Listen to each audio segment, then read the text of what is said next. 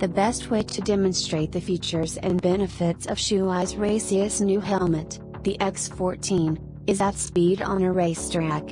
So, while East Coast residents were trying to avoid snow shoveling-induced heart attacks, those of us residing on the West End were enjoying perfect track day weather at Choctaw Valley Raceway.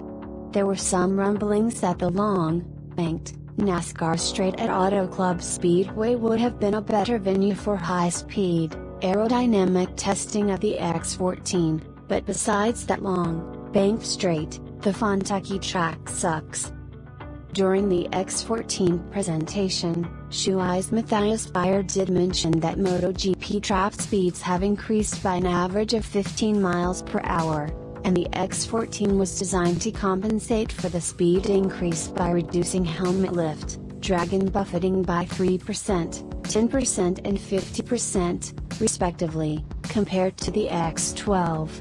So, yeah, 180 miles per hour aboard a Gixxer though at Fontucky may have better confirmed these claims or revealed a flaw compared to the 130 miles per hour the Gixxer 600 was reaching on Choctaw's back straight, but at this speed and slower ones, in perfect weather conditions, I can honestly report that the X-Fourteen would make an excellent candidate for every racer's or track day enthusiast's kit list.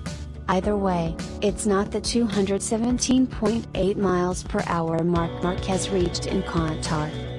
From behind the protection provided by the Gixxer's aerodynamic fairing or the full frontal wind blast while piloting a Chuck Graves prepped FZ07 and FZ09, the X-Fourteen exuded the performance you'd expect of a lid that's been developed from input by one of the fastest racers to ever throw a leg over a MotoGP bike. The X-Fourteen feels like an extension of your skull. The lift toward buffeting you might experience with the more streetable helmet just doesn't exist. A key new feature of the X-Fourteen is customization, some of which is measurable, another questionable. Within the X-Fourteen resides Shoei's removable, washable, replaceable and adjustable 3D Max Dry custom interior system. In addition to the optional cheek pads with varying thicknesses, the helmet's center pad is now also available with different thicknesses that can be ordered separately or as a package, see image below. This provides a new level of interior comfort customization for all those differently shaped noggins out there. Another customization feature of the X-Fourteen is the liner's patent pinning rotation abilities. By repositioning two snaps at the bottom rear of the helmet's center pad, and two snaps on each cheek pad, the X-Fourteen's liner provides 4 degrees of increased upper field vision. The adjustment takes mere minutes because removal of the entire center pad or cheek pads is unnecessary.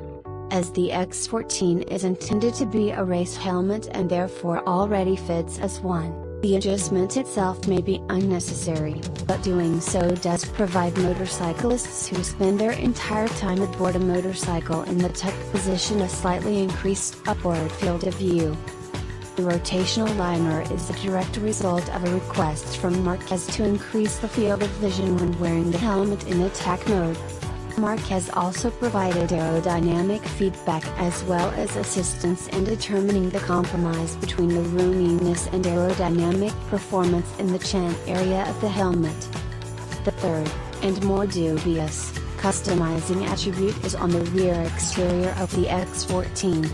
We're not questioning that the rear stabilizer helped in creating the X-Fourteen's rock-solid stability during high speeds, but the claim that optional, narrower flaps help fine-tune resistance and aerodynamic performance depending on rider preference and track demands, makes us cringe and ask, really? Will the difference in length of the two flaps benefit the average rider, racer by reducing his or her lap times? Do they reduce Marquez's? We're gonna need some empirical proof before we drink this Kool-Aid claim.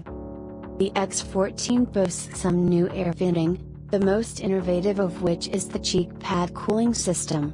A secondary chin air intake, below the main chin air intake, routes air through channels in the EPS liner to corresponding air holes located at various points in the cheek pad foam. Brilliant!